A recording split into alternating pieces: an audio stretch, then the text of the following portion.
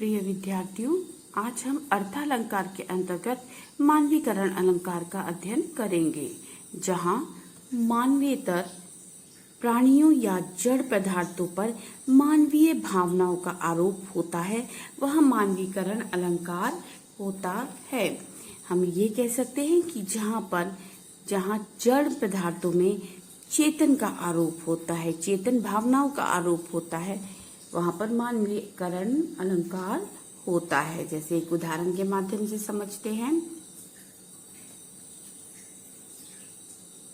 चुपचाप खड़ी वृक्ष पात, सुनती जैसे कुछ निज बात। चुपचाप यानी शांत, खड़ी वृक्ष पात, वृक्ष माने पेड़ों की, पात माने पंक्ति कि लाइन से वृक्ष लगे हुए हैं, वो ऐसे चुपचाप खड़े हैं कि ना हवा चल रही है, ना उनके पत्ते हिल रहे हैं, कोई भी हरकत नहीं हो रही उन पे।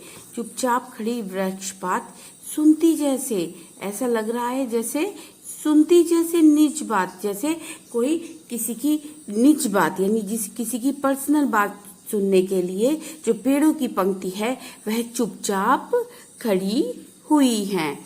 यानी जिस प्रकार मनुष्य किसी की बात सुनने के लिए चुपचाप खड़ा रहता है, बिल्कुल हिलता डुलता नहीं, शांत खड़ा रहता है, उसी प्रकार वृक्षों की जो लाइन है, वृक्षों की जो पंक्ति है, वो उसी प्रकार प्रतीत हो रही है कि जैसे कोई किसी की पर्सनल बात सुनने के लिए वहां पर चुपचाप खड़ा हो। तो यहाँ पर वृक्षों को मनुष्य की तरह बताया है। तो यहाँ पर क्या है, आपका मानवीकरण अलंकार है।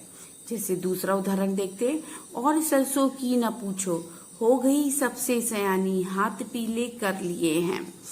जैसे और सरसों की न पूछो, जो सरसों का पौधा होता है उसके लिए कहा गया है कि उसमें फूल आ गए हैं। जो सरसों का पौधा है उसमें फूल आए हुए हैं पीले पीले। तो वो कहते हैं, कवि की कल्पना देखिए, कवि ये कहते हैं कि सरसों जो है वो देखने में ऐसी लग रही है कि लंबी लंबी हो गई है और उसके ऊपर पीले पीले फूल आ गए।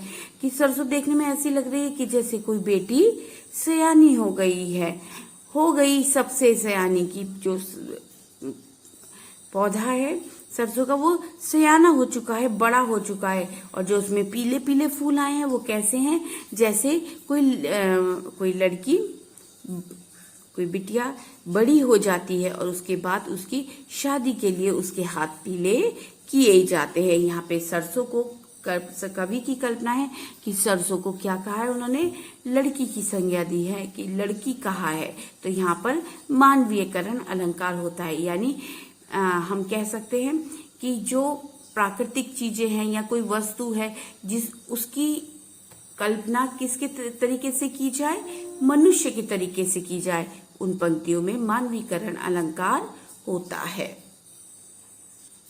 एक और उदाहरण देखते हैं। मेघ में आसमान से उतर रही है संध्या सुंदरी परी सी धीरे धीरे।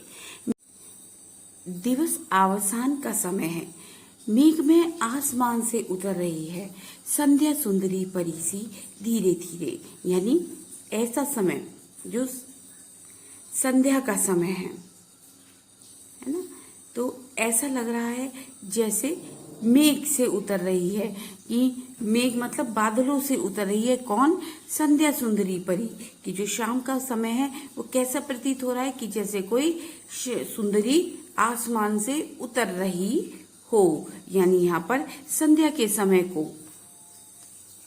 क्या कहा है, एक परी के रूप में कवि ने कल्पना की है। दूसरी पंक्ति देखते हैं।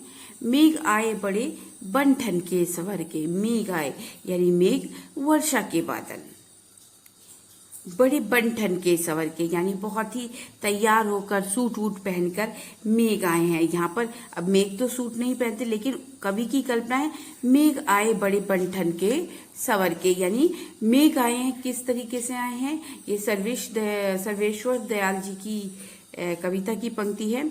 मेघ आए बड़े बन-ठन के सवर के, यानी मेघों को किसकी, कि जैसे गांव में कोई या घर में कोई दामाद आता है तैयार होकर, तो मेघ उसी प्रकार से बन ठन के सवर के आए हैं। तो मेघों को मेघों में किसकी कल्पना की गई है, दामाद की कल्पना की है कि मेघ बड़े बन ठन के सज सवर के आसमान में आए हैं।